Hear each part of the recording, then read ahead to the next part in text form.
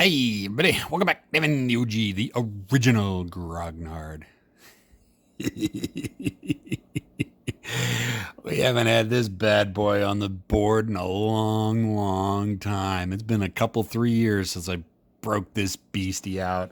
Sixth Fleet Victory Games. The first of the Fleet series. Do love me some good Cold War gone hot naval warfare. That's my time period. I know a lot about this because I was there. I conducted operations and similar to the well, not in the Mediterranean. I was over in the Pacific. I was Seventh Fleet. I wasn't Sixth Fleet. I was forward deployed out of Japan. Literally, I was in Japan. That's where my ship was stationed out of. Anyways, have not had this on the table in a long time. Actually, I haven't gotten much videos up last 3-4 weeks. I've been busy. Planet Zoo. I get distracted with computer games every once in a while. And I love my management and sim building games. And well, Planet Zoo has been sucking all of my time as I've been building my zoo up and doing the career scenarios. So kind of disappointed with the scenario. I didn't want to go something so simple. This is the fourth scenario. It's really an introductory scenario.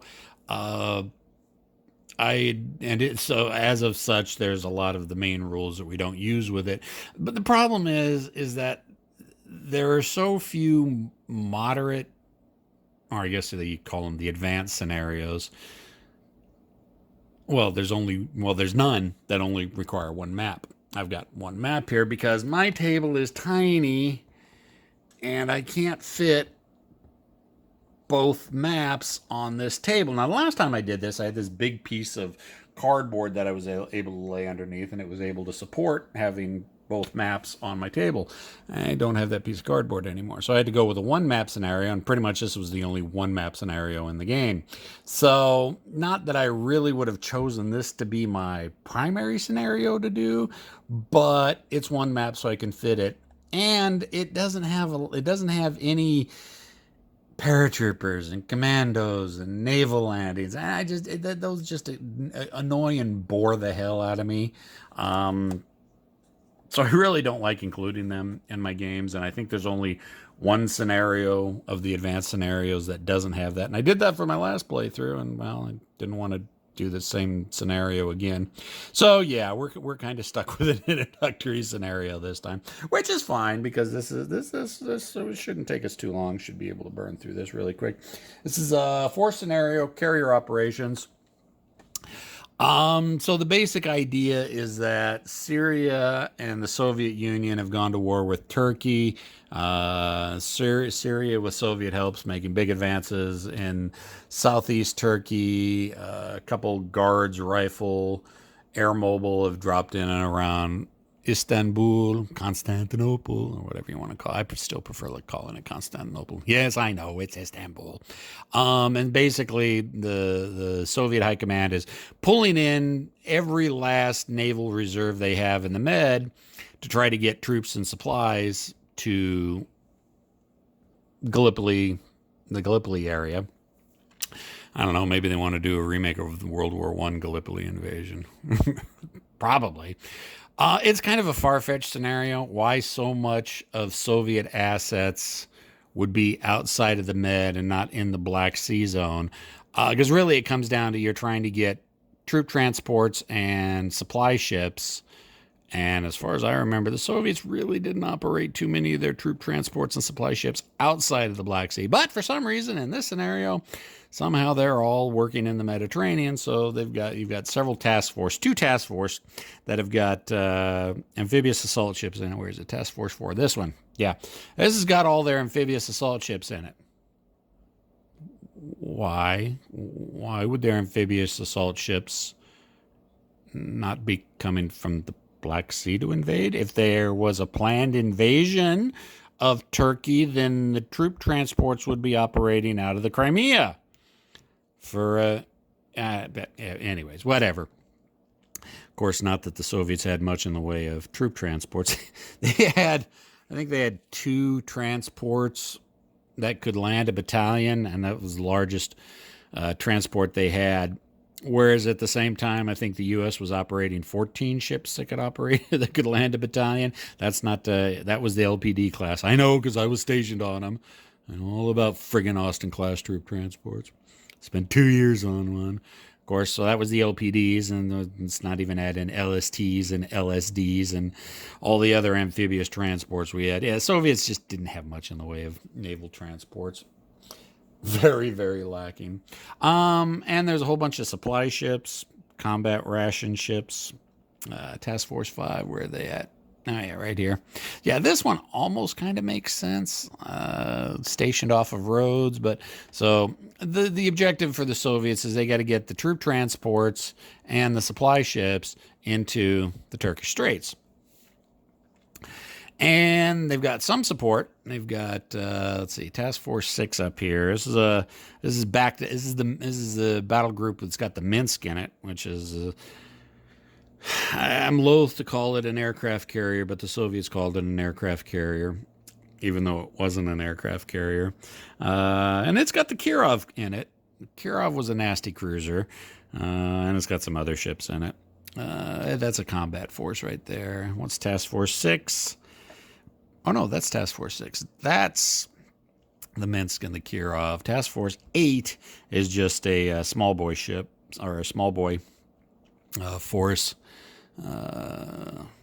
Destroyer, a couple frigates, combat supply ship. Got some patrol boats out here. And they got a few frigates and a Tupolev operating out of Syria. And the U.S. has got a very, very, very, very weak, if you want to call it that, carrier battle group based around the Kennedy, the Halsey, the Biddle, the Cushing, and the Towers. Really not a bunch of ships I'd throw together, really. Kennedy was, one of the last non-nuclear powered carriers we had, so she's not really up to snuff. The Halsey was a Bellenkamp class cruiser, so it's not like she was a Tycho or anything like that. The Biddle, I don't remember what the Biddle was. And then the Cushing and the Towers. I think the Cushing was a sprue can. I don't even remember what the Towers was, but not the greatest. I mean, they're still good ships, but you're kind of scraping the technology bottom of the barrel for the time with these guys. And of course, Kennedy's got a full complement of aircraft, a couple squadrons of F-16s or F-18s, couple squadrons of F-14s, A-6 and E-2s. Oh, it's kind of funny. I don't even know why they put the E-2s on here. In the game, the E-2s really can't do anything other than cap assistance. And there's no Soviet fighter planes out there. The only Soviet aircraft out there are the Tupolevs, and they're only running in reconnaissance mode. They can't even, they don't even have any SSMs on them. So it's an interesting little scenario. No submarines in this one. So yeah, well, 8 minutes. I've just been bloviating on about this. The U.S. do have a P-3 Orion squadron operating out of Sicily, I think, but it's same sea zone. I just put it right there, so whatever. And of course, because it's an introductory scenario, I can only use that for reconnaissance. I can't use that for any intercept or any standoff strikes or anything. That's poopy. Yeah, so introductory scenario. What are some other things I need to? No night turns, so don't have to worry about night turns. So it's only 5 turns long. So we'll play this through a little bit, see where it goes. I can't put anything up on intercept. So my plan was I was going to take the F-14, one of the squadrons in F-14s, put them up on intercept to keep the Tupolevs at bay, but no strategic intercept. So they're going to be able to use their Tupolevs for reconnaissance, and I'll be able to use my P-3s for reconnaissance. Yeah. Was thinking of doing a scenario using the Vassal mod, but honestly, the Vassal mod is so graphically horrible. All the fleet games, for some reason, ended up with just absolute horrid graphics on it. So I don't like using the Vassal mod unless I absolutely have to. So, Well, yeah, we're going to be kind of taking some shortcuts because we don't have the full map out, so I'm not going to be worried about the strategic air displays or anything like that. I did go ahead and make sure I printed out. I scanned and printed out combat results table because that was on the other section of the map that I don't have. Well, it's on that side of the map down there, but I can't see that far.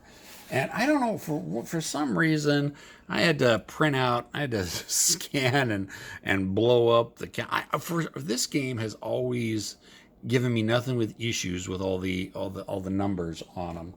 I can never remember which one's movement, which surface to surface, what's defense, all that other stuff. I don't know why, but for some reason I've just got this block in for this game. Anyways, I probably chatted on too long. Let's go ahead and get into the gameplay, because that's what you're here for. You don't want to hear me chatter. And you get me started with modern naval warfare, and I can go on forever. Okay, sequence of play, political event. Okay, strategic cycle, AM game term only, which is technically this is the AM game turn. Political events, advanced game. No, we're not doing that. Random events. I don't know why they call it random events. There really are no random events.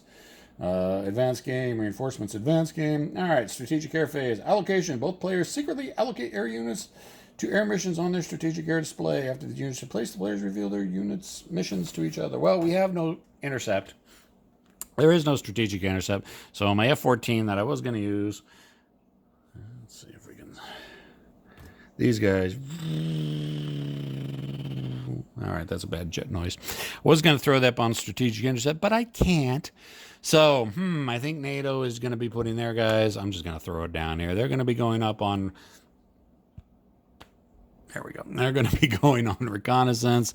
And the Tupolovs, they're going to be going on reconnaissance as well. Let's see. I actually have a choice. Do I want to go with Central Med or Eastern? We'll I think the NATO. I forgot to notice a couple different zones here. I'll go with the Central Med because there's more stuff over here. Or should I go for an early? I didn't think this decision would be that tough. Do I want to go after the OSA patrol boats and the Task Force 5? Or do I want to start picking on... Should probably go after what's closest. Yeah, let's go ahead and put the reconnaissance there. Tupolov's really the only target they have is Task Force 1 operating out of Egypt. Again, I'm not sure really why NATO ships would be operating out of Egypt at the time, but whatever. Maybe they're there on a port visit. Yeah, okay. So normally I'd be putting on those on the strategic display, but since I don't have that on half of the map, we just got to kind of, play it by ear. Intercept and segment, no intercept segments. Bounce segment, well, there was no intercept segment, so there's no bounce segment. Mine segment, no mining. Detection phase, now we get to put out detection markers. Yay! So basically, we get to put out, for each unit on strategic reconnaissance, we get to put 2 detection markers for surface forces or 1 detection marker for submarine, but there's no submarine, so we don't have to worry about it. So really, there's only 1 task force out there that the Soviets can detect. So, they're going to go ahead and detect the U.S. task force. Not too tough to figure out. Over here in the Aegean, there's really only 2 task forces in the Aegean. So we detect the OSAs and we detect task force. What is it? That is task force 5. Okay. So, and honestly, I'm just going to go ahead and remove these for the time being. Because there's no need to have them on the map anymore. And since there is no night turns, I don't have to worry about. Well, it says to ignore the effects of the night turns. So, and it's every 3 turns. So on turn 4, I would guess I'd get to put these back out again. But at that point, I don't even know if it's going to be worth it. Everything may already be detected. And since there is no night turn, you don't remove the detection markers anyways. All right, so there's that. Woohoo! Speeding through the turn. Take a look at the turn track.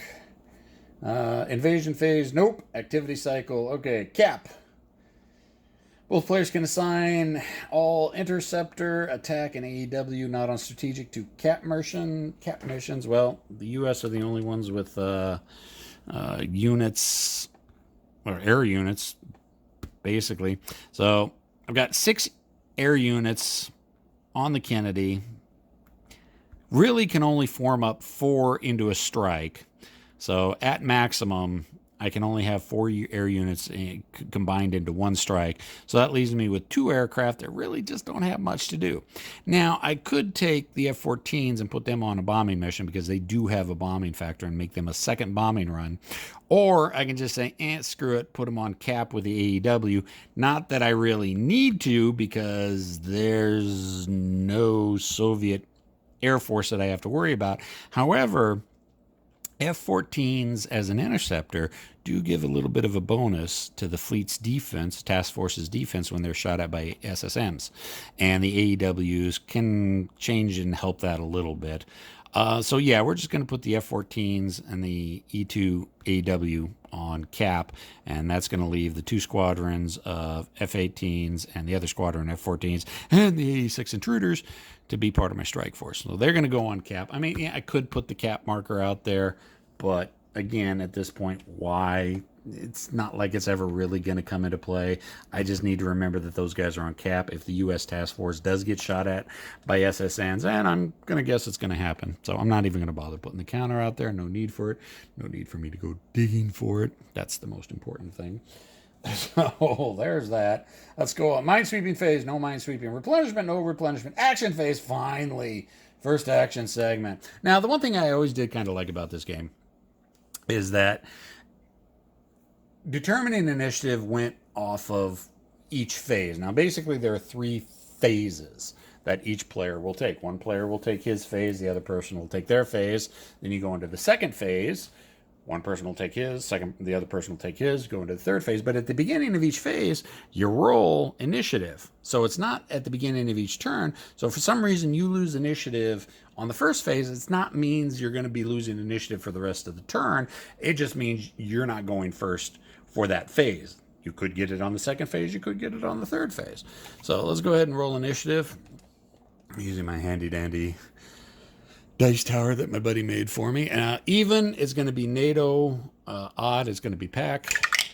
And we got a 5, so that's going to be PAC forces are going to go first. And the way it works in what units you decide will activate during this phase, and this is done in all the fleet games. And yes, I know some of you out there who haven't played 6th Fleet are going, why are you using a D6? The fleet game uses D10s. Yeah, no, they didn't switch to D10s until 5th Fleet, the second game in the series. 6th Fleet, the original game in the series, used a D6. Don't comment on it. I know it. Just don't. I always get comments on that when I do anything with 6th Fleet. So basically, Soviets got initiative, and they have the choice of declaring they can do their surface units, or they can do their air units, or they can do their subunits. Well, there's no subunits, and their air units are already on strategic, so they basically only have one thing that they can declare that they can do, which is their surface. So they declare the surface, and they do stuff with all of their surface units. So, yeah, they know where the U.S. is at. They know they've got task force that need to get to technically either Tartus in Syria or to the Turkish Straits. And let's see, Task Force 5, or is that 6? No, that's 5. Don't have my glasses on, my old eyesight. That's got the CR. That's got all the combat supply ships in it. I think they get, I think there's victory points for that, for getting to, yeah, for each CR unit that enters the Tartus base X. All right, so the CRs need to get to Tartus, which is over here, and the amphibious assault ships, which is Task Force 4, need to make it to the Turkish Straits. Okay, so, well, let's go ahead and just get these guys out of the way first. It's a small little group. They're not in a task force because you need at least 4 ships to form a task force. And there's only 3 ships here, 2 cruisers and a DD. So let's go ahead and move them first. And the movement is in the upper left-hand corner. So the destroyer can go 5, the 2 cruisers can go 4. We're going to keep them all together, and we're going to go ahead and move 4 hexes. So let's go 1, 2, 3, 4. Since we know the U.S. is operating, or the U.S. task force is in Matura, Egypt. So we want to get down there and try to intercept them. Now, since I moved, I could also. One of the cool things that I always liked about the Fleet series is the flexibility of you can shoot and then move, you can move and then shoot, you can shoot and then do another type of shooting, or you can move. I mean, it was very, very flexible on what you wanted to do. So we're going to move and we can shoot, but I don't think we actually have the range. Each hex is 50 kilometers. And the range for the SSMs, and for those who may not know, SSM is surface-to-surface missile, is the two numbers in the upper right-hand corner is range and attack value. So that DD has a range of 1 with an attack value of 7. The Kerch has a range of 1 with an attack value of 4. And the Slava has a range of 6 with a attack potential of 8. So really, I don't even think we have anybody in range. 1, 2, 3, 4. So 1, 2, 3, 4, 5, 6, 7, 8. No, they're out of range. And it would help if this thing would autofocus. So they're out of range. They can't do anything. So they say turn the counters 90 degrees when you're done. That makes sense. I can live with that. All right. So we've got this task group here, Task Force 5, which has got a couple DDs and a bunch of supply ships. Let's see there. Let's go ahead and take a look. Task Force 5. Let's go ahead and zoom in a little bit. Can we zoom in a little bit? Or is it not letting us zoom? There we go. So Task Force 5, couple DDs. Those are different class DDs. You can just tell by looking at the numbers. Although, 2 dice, or range 2 at 9, that's actually pretty good.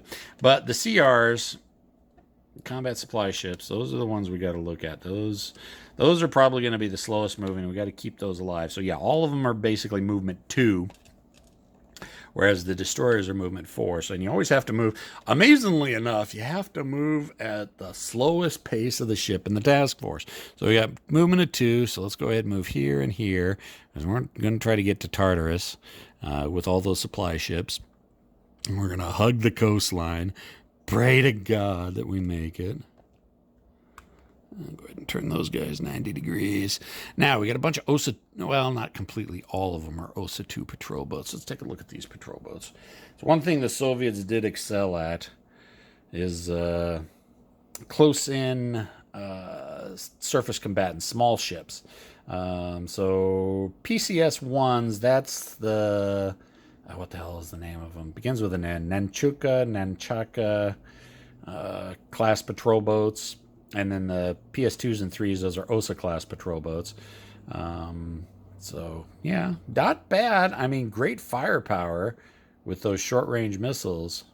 Attack power 15, attack power 20. But the range is bombastically short on them. 1.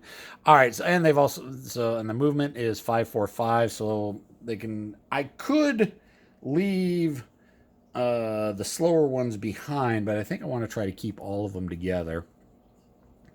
So we're going to be moving at a speed of 4. So let's go 1, 2, 3, 4. I'm going to be zooming out there to try to get an early strike on the U.S. fleet. And again, the biggest range they have is a range 2, so that's out of range for them. That may not have been too smart to do, but oh well. OSAs are patrol boats are expendable. We can sacrifice a bunch of them to soak up some early U.S. fire. Let's see. Task Force 6 is the big battle group. That's got the Minsk, the Kirov, and some other cruisers in it. Let's see. Speed 4. So let's go ahead and go 1, 2, 3, 4. And they do have, I think, a couple units at least that has got the range to reach out. Yeah, look at that. So we got the Minsk that's got a range of 6. The Kirov that's got a range of 6.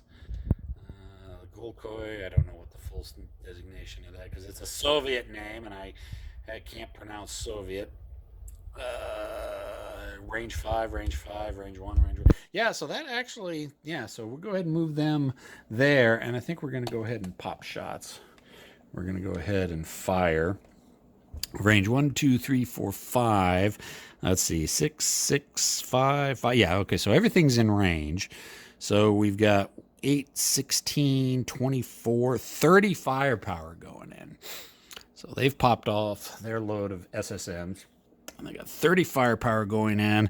So now what you need to do is that you need to, when you're doing combat, you then need to figure out how your defensive is formed up. Now they changed how it worked in 5th Fleet some, but it's pretty much, I think everything to the left is the most protected. Let me check that real quick. I'm fairly certain it's everything to the left is most protected. Surface to surface. Yeah, basically stacked beneath it. So I've got 30 points, and as the attacker, I can split up those 30 points however I want. Well, let's go all 30 into the Kennedy. Let's put everything we have into the Kennedy to try to knock her out. Now, we know we have... Oh, I should probably get a piece of paper because... Yeah, that's right. This game goes through lots of numbers, and I tend to forget numbers. So let me go ahead and grab one of my books real quick. One of my notepads. And a pen. Oh, God, I'll be right back.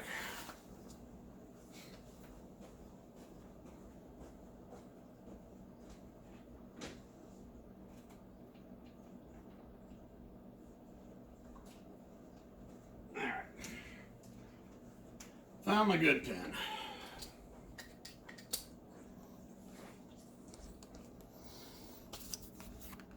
All right, so let's write it down. 30 points into the Kennedy. So, we know how much attack is. Now we got to figure out how much defense there is. Well, first of all, you take the area air defense attack for all units, I believe. Let me check to make sure I get that right. Yep. Combine the area anti-aircraft value of all units in the hex. Oh, which one's that? Let's take a look at our handy sheet here. So, in the lower right-hand corner, that's the area, and the number just right of it is the close anti-air value. So we need to add up the anti-air value of all units in the stack.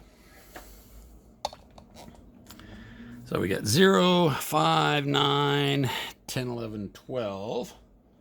That's the area.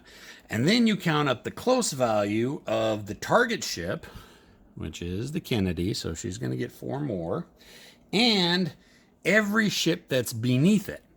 So it's basically the ship that's on the top of the stack, or in this case, on the left-hand side of the stack, is the more protected. These ships are on the outside screening her, so they'll get to add in their defensive value. So that's one of the things you kind of got to watch out for, is if I shoot at a ship that's inside the task force, there's going to be more anti-aircraft fire that's going to have to go through. If I shoot at ships on the outside, they're going to get less anti-aircraft value because they're on the outsides and not having to fly through all the firepower.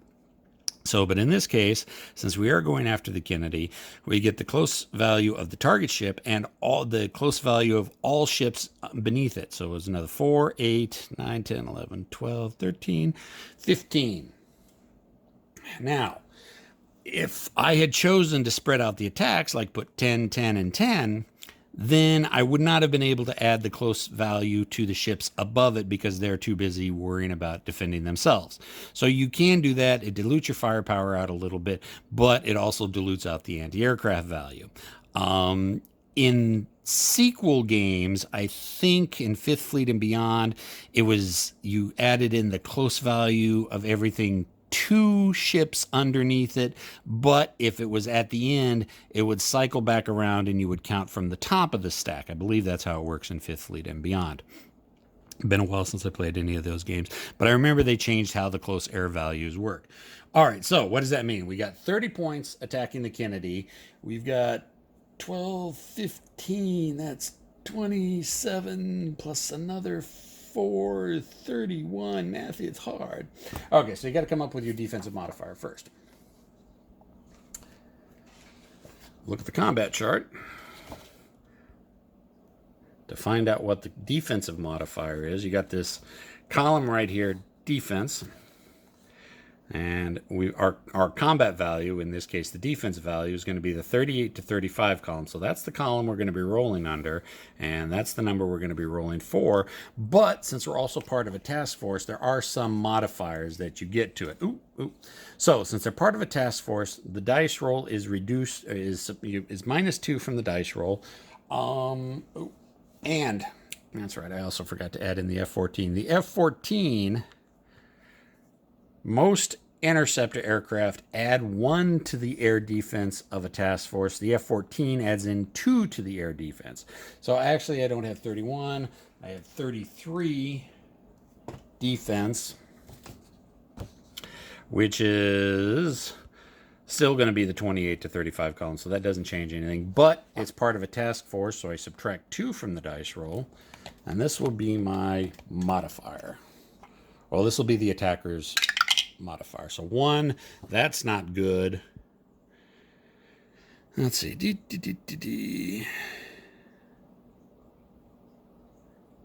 Oh no, it's -2 from the dice roll of the combat, not add 2 from the defense. All right, so we rolled a 1. We cross-reference it with the 28 to 34 column. And then we come up with a 4. That's basically our defensive modifier. So with all the firepower we had, and we rolled really, really crappy, and we're only able to put up 4 points of defense against the attack. Well, what does that 4 mean? That basically means that's what I subtract from the attacker's dice roll against every attack in the stack. So for example, if for some reason I had multiple attacks going on multiple ships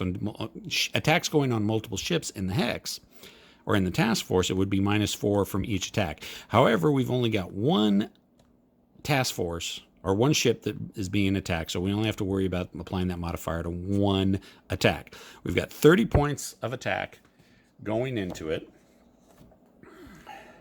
So we're going to be using the 28 to 35 column because that's what our combat value is. Now, since we're part of a task force, we subtract 2 from the dice roll, but we also subtract another 4 from the dice roll because of the combat modifier in the defensive. So it's going to be -6, which is okay because if you notice, under the attack column, they take it into effect that you can go all the way down to -7.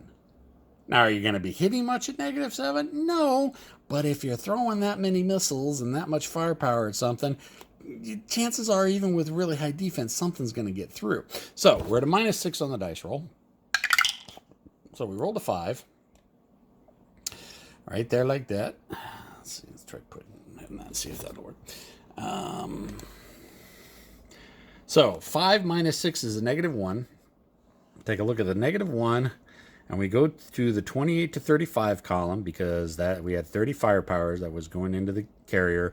We managed to get 2. So that's how much damage we do to the carrier. Okay, now what does that mean? Well, you take a look at the carrier and you compare the amount of damage you do to the defense. Where's the defense? Oh, right there. So the defense value is the 8. So the Kennedy actually has got pretty good defense. Defense of 8. You compare the attack value to that. If it's greater than half of the defense value, you will end up damaging the ship. If it's greater than the attack value or the defense value, you end up sinking the ship. However, we had 2 points of damage. She's got 8 points of defense. 2 is less than half of the damage, the defense value of the Kennedy. So, you know, she might have taken 1 missile hit that just really didn't do too much to damage her. Wasn't enough to flip the ship. So basically, no effect. So 2 points to the 8 defense.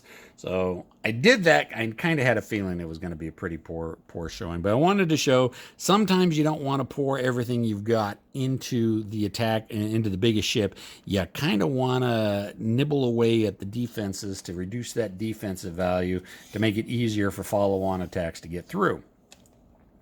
All right, so that's their attack. Let's go ahead and swing them to the side. Let's see. Task Force 4 has got the assault ships, and so they need to get to the straits. And their slowest movement is a 2, so they're going to go right there. And Task Force, is that Task Force 8? Yeah, that's Task Force 8's just got a destroyer and a couple frigates in it, and a combat supply ship. They've got 3 movements, so we'll go 1, 2, 3. And that is basically the Soviet turn. Simple, easy, not too complicated. Now, since the Soviet turn is done, it flips over to the U.S. turn. Now, this task force did fire missiles, so I could have detected the task force, but since it was outside of 2 hexes away from me, I just know that missiles came from somewhere over here. I don't know where the exact task force is, so I can't shoot at them yet. You can only shoot at things that you've detected. So had they been at 1 or 2 hexes and fired, and I hadn't detected them yet, then I would have detected them. But since they were at a range, no such luck. They know I'm there because their Tupolev, their recon Tupolev spotted me, so they were able to fire shots off. So that's it for the Soviets, and it flips over to the U.S. turn. Now, the U.S. player has the option of choosing if he wants to do submarine, surface, or air. Well, there's no subs in this game, so we don't have to worry about subs, but there is air on the U.S. side. The U.S. does have air, but they've also got surface. So, and basically it's going to come down to, since the Soviets have done everything they can, since all they have is surface, the U.S. is going to be able to do their first phase and just step right into doing their second phase. So, it really doesn't matter. I really don't like those guys there. So I think we're going to call in an airstrike on them first. So let's form up the airstrike, which is going to be 2 squadrons of F-18s and a squadron of F-14s with the AE-6 Intruder. Now, I kind of have got a couple different options I can go with. I can go with a bombing run. Actually, that's all I can do. Those don't have standoff. Yeah, that's what I was afraid of.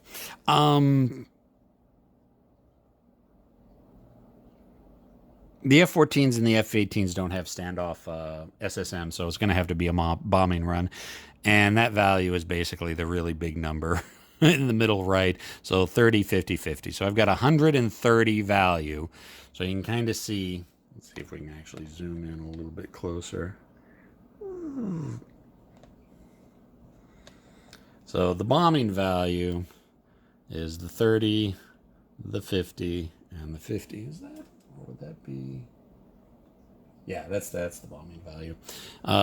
If they had standoff missile capabilities, it would be in the upper right-hand corner, but they've got N for none, so it's going to have to be a bombing run.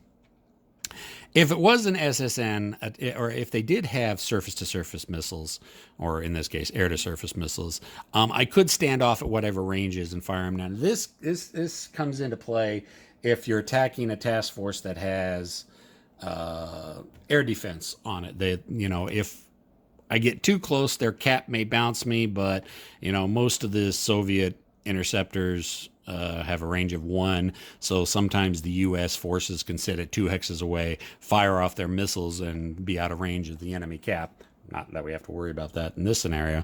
So we've got 130, and we've got 3 ships. So the defender has to kind of figure out, and really it is, well, they don't have much that they can do with it. I mean, they have got virtually no area. It's all close value.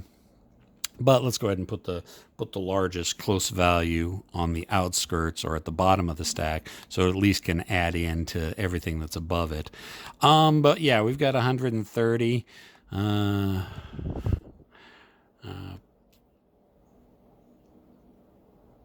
40, 40, 50? Yeah, we'll go 40, 40, and 50.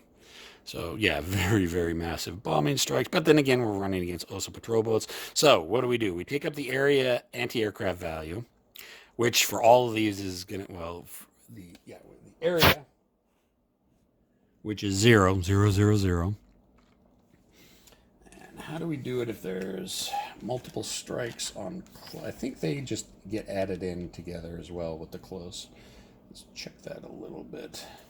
One thing that Victory Games was painfully lacking in was decent play aids and decent charts. Now, I could have gone to BGG and see if anybody's made, you know, flow charts for how the combat works. And there kind of is right here on the map board, but it's kind of lacking a little bit, so I'm not even going to pay attention to it. Oh, all over the place because we're zoomed in. Okay. Yeah, add together the close A values of all surface ships that are targets to the SSM attack. And add in the close value of all units stacked directly beneath the target ship, target units. Unit beneath another target unit is also a target. Do not add its close A value in. A unit's close A value can only be added once per SSM attack. So basically, all three of them are being attacked, so we're going to add in the close value for all of them, which is 3, 4, 5. So, yeah, we've got 40, 40, and 50, and a grand total of 5 defense. So, that's their area defense.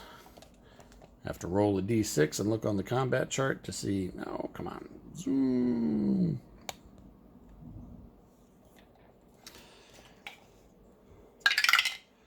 We got a, what is that? It's a 3. So we look on the combat chart. We're looking at 3 to 5 because that's the amount of defense we had, and we rolled a 3. So it's actually still not bad. It's still a minus. It's still 2. So it's -2 from the dice roll on our attack. And that's going to be the only modifier. Now, normally, if they were part of a task force, I'd have to subtract another 2. But you can only be part of a task force if there's 4 ships, and there's only 3 ships, so they can't be a task force. But we have to apply it. So now we have to apply that -2. Oh, you know what? I forgot the electronic warfare. The electronic warfare, what is the electronic war? Subtracts 1 from the area?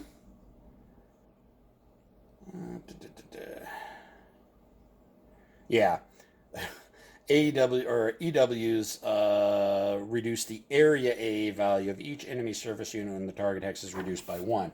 Well, basically none of the patrol boats had area, so you know the AA6 isn't really doing anything. And there is another step that had I rolled high enough on the defense, I think you have to roll at least a 6. Okay, if the number is between 5 and... Okay, if the number is between 0 and 4... this is the defense value. Nothing happens. If the number is between 5 and 7, one air unit with the attacking stack of the owner's player choice is immediately damaged. Flip it over. If it's between 8 and 10, 2 units are flipped over.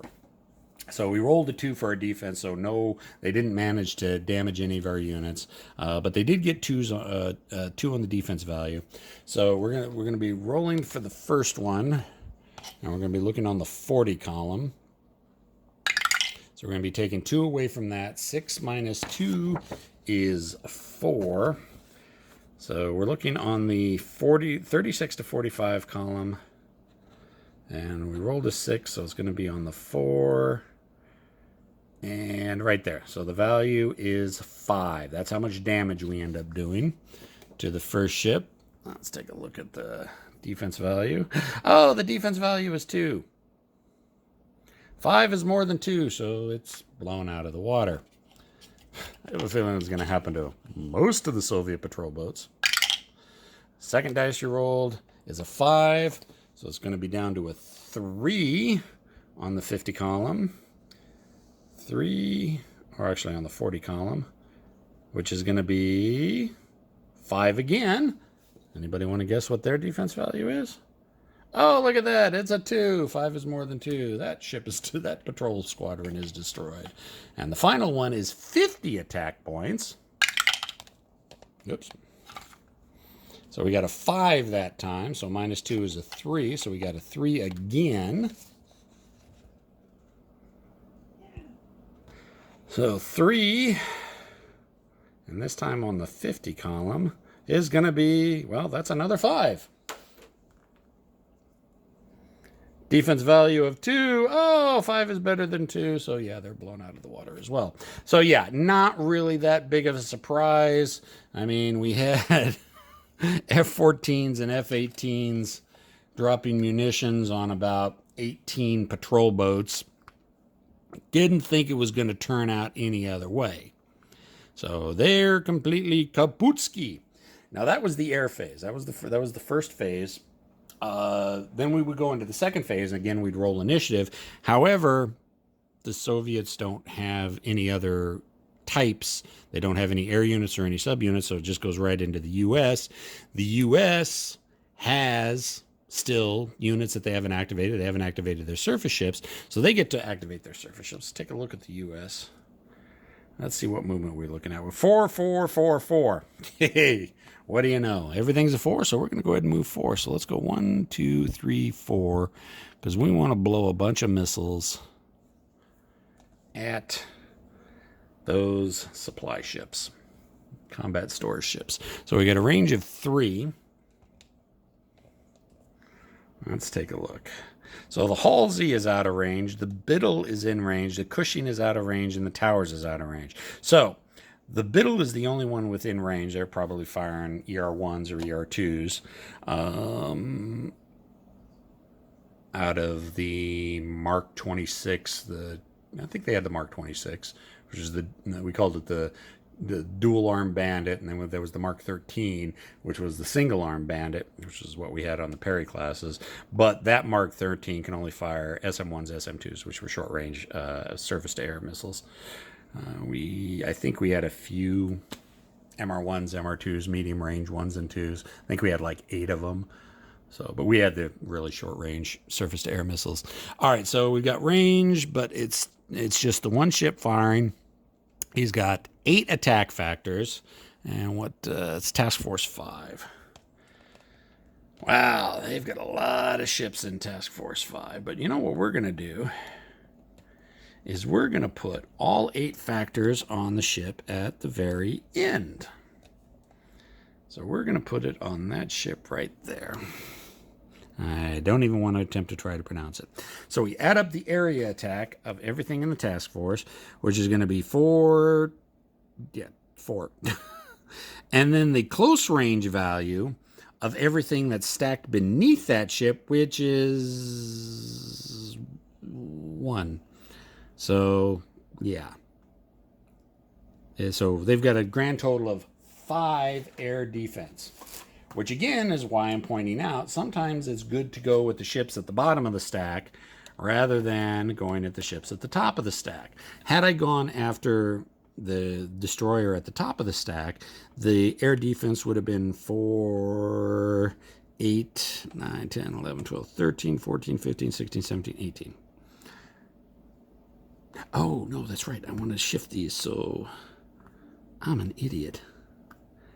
We want these ships to be on the inside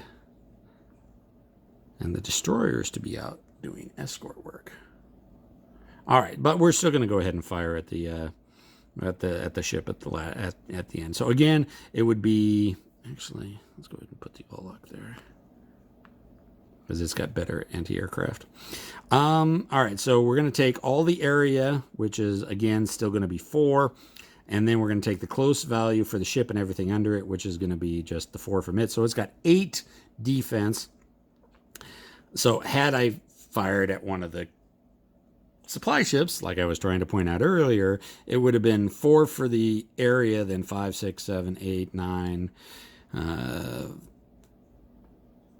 14, 18. So yeah, you can see the difference. It would have been 18 firepower that I've had to get, the 18 defense that I'm having to contend with rather than just the 8. So hopefully we can knock this ship out, and then further strikes, subsequent strikes on it will be a lot easier. So we've got 8. So let's roll the defense value. Oh, I like this dice. Lots of high rolls. So 6. Rolling a 6 on the 8 is wow. That's actually pretty damn good. That's a 5. Or no, it's 8 column. Let's make sure we get the right column. Still That's 4. That's still a respectable amount. So it's going to be -4 and another -2 because they're part of a task group. So it's going to be a grand total of -6 to the dice roll, and I've got 8 firepower going in. So 6 minus 6 is going to be 0, so something's going to get through. So the attack value of 0 on an 8 attack value is going to be 1 point of damage. Let's take a look at the ship's defense. His defense is a 3. So sad. Nothing gets through. Probably took a light glancing blow, you know, something, or a hit in a non-critical area. But basically, the damage that I did was less than half of the defense value of the ship, so no damage. Annoying, because that means I'm not going to have to worry about trying to get through that ship again. However, hopefully we'll be a little bit closer next turn and be able to put more firepower on target. And that is going to be basically the end of the turn, because both sides have done all their action phases. Let's take a look at the turn record track. Let's see if there's anything end of turn that we need to worry about. Action phase, cap landing, and then it goes into terminal cycle, then go start the next turn. So yeah, that's it. That's turn 1. I have been fascinated with this game since I picked it up. I was in 1988. This was probably the second game I picked up after I got out of boot camp and made it out to the fleet. And pretty much the reason I picked it up is because at the time, the ship I was on at the time was actually in this game. And that's pretty much why I picked it up. Played it a lot when I was out in the fleet, and yeah, the ship we were on, it ended up getting sunk a lot. Whoever played the Soviets always liked to try to sink us, and it was kind of made sense. We were a troop transport, so kind of important to sink the troop transports. So yeah, we'll go way longer than I had planned.